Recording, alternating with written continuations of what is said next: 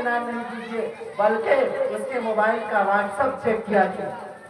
اس کا کال block check کیا کیجیے، اس کا انسٹاگرام، اسنیپ چیٹ، موز وغیرہ ذالک جو بھی چلاتی ہے اس پر آپ کی نظر ہو، اور ساتھ ساتھ اس کی سہیلی کون کون ہے۔ آج کل ہماری مائیں اور بہنیں جو خراب ہوتی ہے، موبائل سے بھی زیادہ جو ایک زہر ہے، فتنہ ہے، وہ اس کی سہیلی ہے، وہ اس عورت کی دوسری عورت ساتھ ہے۔ یاد رکھیے گا، مرد جو ہے دوسرے مرد کی صحبت میں کم خراب ہوتا ہے، لیکن ہماری مائیں اور بہنیں اور ہماری بچیاں وہ دوسرے لڑکی، سہیلی اور دوسری ماں اور بہنوں کی صحبت میں زیادہ خراب ہوتی ہے۔ جب بھی کہیں اگر بے حیائی، بدکاری اور بری چیزیں پھیلتی ہے، وہاں آپ معلوم کریں گے، پتا چلے گا کہ لڑکی کی سہیلی کہاں،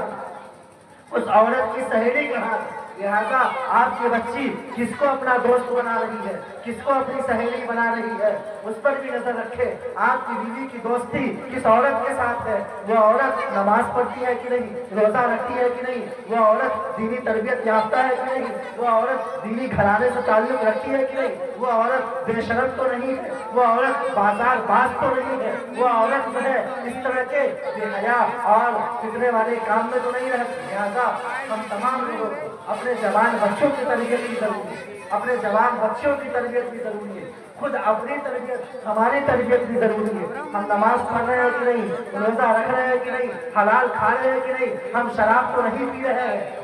ہم جو ہے شراب نہیں پی رہے ہیں، ہم جوا تو نہیں کھیل رہے ہیں، ہم سودی کاروبار تو نہیں کر رہے، ہم اپنے ماں باپ کا دل تو نہیں دکھا رہے ہیں، ہم اپنے ماں باپ کے حقوق ادا کر رہے ہیں یا نہیں کر رہے ہیں، ہم پڑوسی کو پریشان تو نہیں کر رہے ہیں، ہم پڑوسی کے ساتھ جو ہے غلط سلوک تو نہیں کر رہے، ہم پڑوسی کے ساتھ خیرخواہی کر رہے ہیں یا نہیں کر رہے۔ ہمارا رول کیا ہے، ہمارا مقصد کیا ہے، ہم آخر کیا کر رہے ہیں، ہمارا اٹھنا، ہمارا بیٹھنا، ہمارا چلنا، ہمارا پھرنا کیسا ہو رہا ہے، تمام چیزوں پر غور کرنے کی ضرورت ہے۔ میرا وقت ختم ہو چکا ہے، اللہ تبارک و تعالیٰ کہنے سننے سے زیادہ عمل کرنے کی توفیق عطا فرمائے۔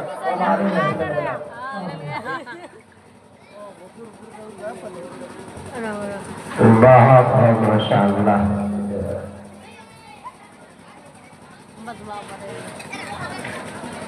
جو قیمتی باتیں حالات اور اطوار کو سامنے رکھتے ہیں، آدمی شریعت